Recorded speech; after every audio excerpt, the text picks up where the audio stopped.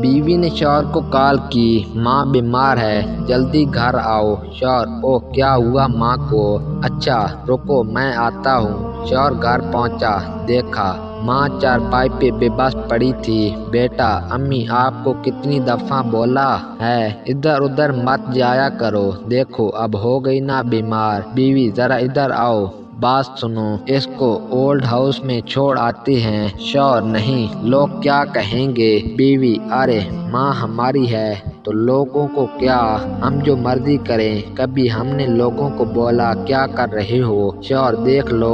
بیوی: ارے چھوڑو، سب ڈاکٹر سے بات ہو گئی ہے، وہ میری رپورٹ بنا دے گا کہ یہ پاگل ہے، اسے گھر میں رکھنا خطرہ ہے بچوں کے لیے۔ شوہر: اوکے ٹھیک ہے چلو۔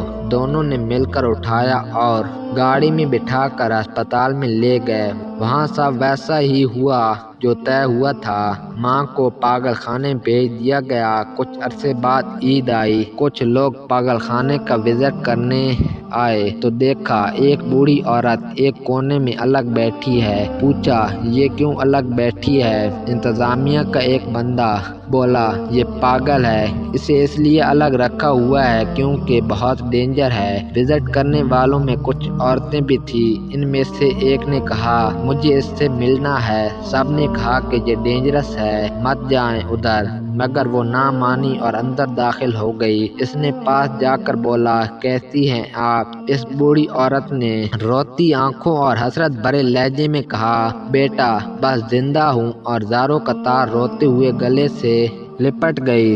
سب دیکھ کر بہت حیران ہوئے، یہ کیا؟ آپ سب تو بولے ڈینجر ہے، پاگل ہے، مگر یہ تو پاگل نہیں۔ ماں نے سب کچھ بتا دیا۔ اس نیک عورت نے اس بڑھیا ماں کو کہا میں آپ کو اپنے گھر لے جانا چاہتی ہوں، پلیز انکار مت کرنا۔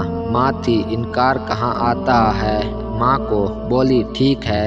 ماں ایک بڑے سے بنگلے میں رہنے لگی۔ ایک عرصہ گزر گیا، پھر ایک دن اچانک ایک مانگنے والا آیا تو سب کہیں گئے ہوئے تھے، تو ماں نے دروازہ کھولا تو سامنے ایک پھٹے کپڑے، ٹوٹے جوتے، بدحواس سی شکل کا آدمی کھڑا تھا۔